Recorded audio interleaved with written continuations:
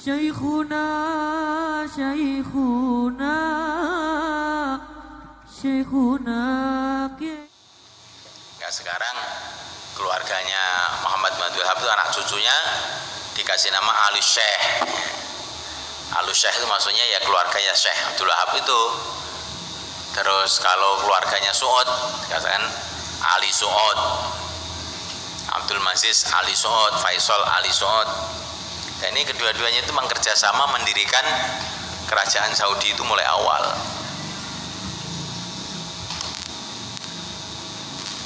Jadi sebetulnya sejarah Wahabi itu sejarah politik sebetulnya.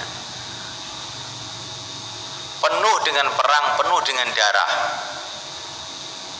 Tapi politiknya itu didasari atas satu kefahaman yang tidak ikut mereka kafir. Nah, karena mereka itu tidak akan mungkin bisa mengambil kerajaan kecuali dengan cara itu. Orang Jazirah Arab itu sudah Islam semua sejak zaman Nabi. Maka bagaimana supaya mereka itu bisa memerangi orang Islam? Maka dengan pendapat-pendapatnya itulah mengkafirkan orang-orang ziarah kubur, mengkafirkan orang ini, mengkafirkan orang ini. Sehingga padahal jumhurul muslimin pada waktu itu tuh ya mereka itu. Maka akhirnya mereka membuat pasukan dari kampung-kampung badui-badui itu di Beat untuk mengikuti pendapat dia, akhirnya bisa mendirikan kerajaan Saudi itu. Nah, kerajaan Saudi itu Jazirah itu asal mulanya provinsinya Turki, khilafah Turki. Dan Turki pada waktu itu perang dunia itu sedang kalang kabut, nggak mampu untuk mengontrol daerah-daerahnya. Dan Turki waktu itu perang dengan orang-orang Barat. Nah, maka orang-orang Barat itu kemudian membantu Muhammad bin Abdul Wahab dan Raja Suud itu untuk mendirikan kerajaan yang maksudnya untuk menghancurkan kekhalifahan Turki. Maka dalam perang-perangnya itu orang-orang Inggris itu banyak yang menjadi penasihat-penasihat militer Muhammad bin Abdul Wahab. Nah, dan itu foto-fotonya loh sekarang itu sebar-sebarkan di sejarah-sejarah Saudi itu. Saya juga punya itu atlas atlas kerajaan Saudi itu ada yang Muranis, adanya mana siapa namanya orang-orang Inggris yang mereka itu jadi pembantu-pembantunya keluarga Suud itu dalam membuat kerajaan Saudi itu. Maka Saudi itu sejak dulu memang berkomplot dengan orang Eropa, dengan orang Nasrani.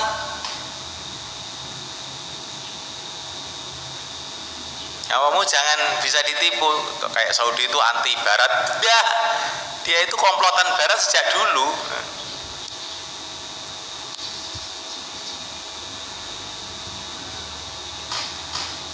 Ini data sejarah di samping data-data yang lain yang lah nggak perlu lah, yang jelas itu mereka tuh orang nggak bener aja. Lah orang nggak bener kok bisa menguasai Mekah dan Madinah? Nah, kamu belum tahu dulu Abu Jahal, Abu Lahab juga menguasai Mekah Madinah, juga menguasai Mekah. Orang Syiah juga pernah menguasai Mekah, pernah menguasai Madinah. Apa terus mereka itu benar? Ya tidak.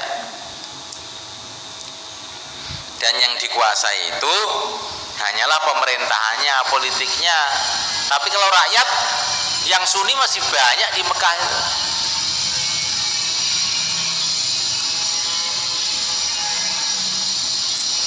Cuman pemerintahnya begitu ya, kayak kita di Indonesia zaman dulu yang menguasai Pak Harto dengan Golkarnya itu. Punya orang nggak mau Golkar ya nggak dapat tempat kayak begitu itu.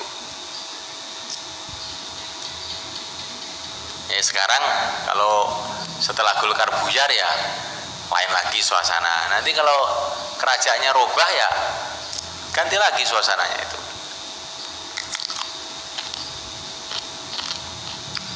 Dah, mau tanya, silakan.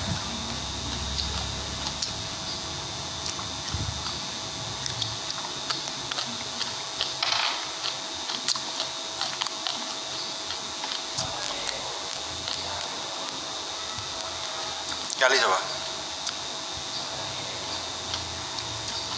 Enggak terima Wahabi itu ya antek Wahabi Makhrus Ali. Makhrus Ali koncoku 4 tahun sak kamar wi Makhrus Ali kuwi.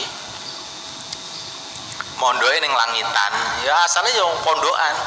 Jadi saiki dadi muelok Wahabi mendewa-dewakan Ibnu Taimiyah, dik jur kaya rene.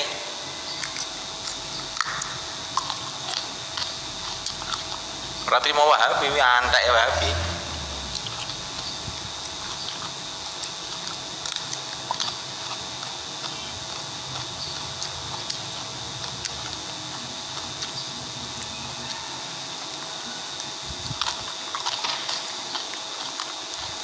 Ini maksud saya, ini kamu perlu hati-hati. Jadi tidak bisa sebagian orang punya pemikiran kita ini aja rukun-rukun aja dengan orang Wahabi itu. Oh, nggak bisa. Wahabi itu wereng. Kalau masuk dalam satu tempat mesti nanti akan jadi masalah, karena dia pendapatnya orang muslimin ini musyrikin. Nah, ini loh repotnya, halal darahnya. Walaupun tentu sholat, puasa, zakat, haji, hafid Quran tetap halal darahnya aja kalau pendapatnya nggak sama dengan mereka dalam tauhid rububiyah, uluhiyah, asma sifat. Jadi orang Wahabi itu nggak bisa dirukun tuh. Kayak orang Syiah juga begitu juga. Sebagian orang yang lugu kayak kita ini sama-sama Islam, ya anu aja lah, satu hati aja, yang beda pendapat kan biasa. Lain Syiah itu.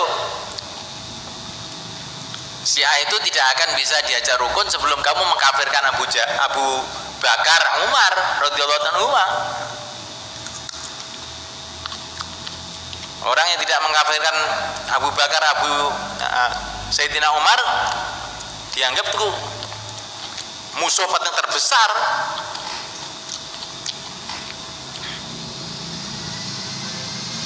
Orang yang tidak mengkafirkan Abu Bakar Umar itu musuh terbesar bagi orang Syiah, karena dianggap mereka ini berarti membantu Abu Bakar dan Umar yang telah mendolimi Sayyidina Ali, tidak memberikan kekuasaan pada Sayyidina Ali. Itu paham mereka. Sedangkan Sayyidina Ali itu tiap hari kumpul sama Abu Bakar Umar. Jadi Syiah itu nggak bisa diajak rukun, nggak bisa.